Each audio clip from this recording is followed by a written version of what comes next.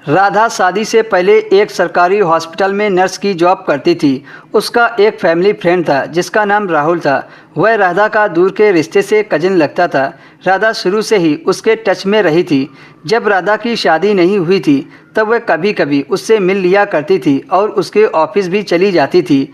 वे दोनों बहुत अच्छे दोस्त थे। हालांकि राधा को इस चीज़ का पता चल गया था कि राहुल राधा को अपना बनाकर उसके साथ सारे सुख भोग लेना चाहता था, लेकिन राधा उसे लिफ्ट नहीं देती थी।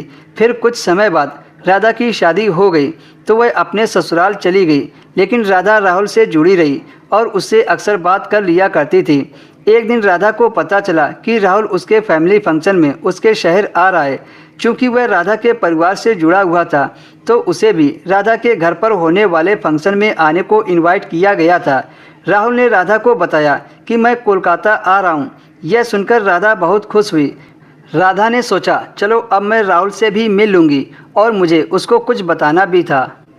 इस बार राधा को पता नहीं क्यों लग रहा था कि राहुल उसके लिए ठीक रहेगा। अब राधा उससे खुलकर बात करना चाहती थी क्योंकि उसके पति के चूहे में दम नहीं था। अगले दिन राधा घर में होने वाले शादी के फंक्शन में गई थी। इत्तेफाक से उस शादी में उसका पति उसके साथ नहीं गया था। शायद उसे अपने दोस्तों के साथ दारू पीने जाना था। अब राधा को पूरा मौका मिलने वाला था कि वह राहुल के साथ खुल के बात करे। राधा खूब खुशी मन से शादी समारोह में पहुंच गई। वहां जाने के बाद राधा सभी से मिली। राहुल अपने दो भाइयों के साथ आया हुआ था। राधा राहुल के पास गई और उसने राहुल से हाथ मिलाया। उन दोनों ने हाय हेलो किया। राहुल से मिलते ही अचानक से राधा को पता नहीं क्या हो गया। राधा राहुल के सामने एकदम चुप सी हो गई। फिर राधा राहुल के साथ बैठ गई।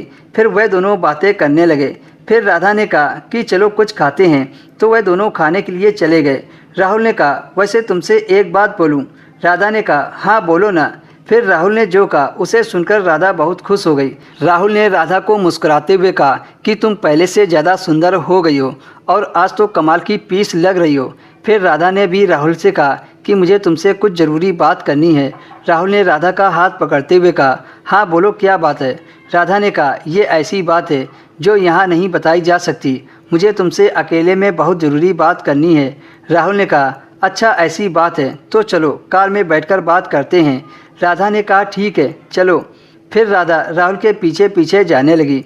जब राधा राहुल के साथ कार में बैठ गई, राहुल ने राधा के कंधे पर हाथ रखते हुए कहा क्या बात है राधा, आज तुम काफ़ी घबराई भी लग रही हो। राधा उसी समय राहुल के गले लगकर रोने लगी। राहुल ने घबराते हुए फिर से पूछा क्या हुआ, तुम रो क्यों रही हो? तुम्हारे पति ने कुछ कहा है क्या? वैसे वह आज आया क्यों नहीं? फिर राधा ने जो कहा उसे सुनकर राहुल दंग रह गया। राधा ने कहा कि मेरे पति में दम नहीं है। राहुल ने कहा तो मैं क्या करूं? राधा ने राहुल को अपनी ओर खींचते हुए कहा आज उसकी कमी तुम पूरा करोगे। राधा के बार बार कहने पर राहुल तैयार हो गया और फिर कार में ही अपनी मर्दानगी राधा को पेश की।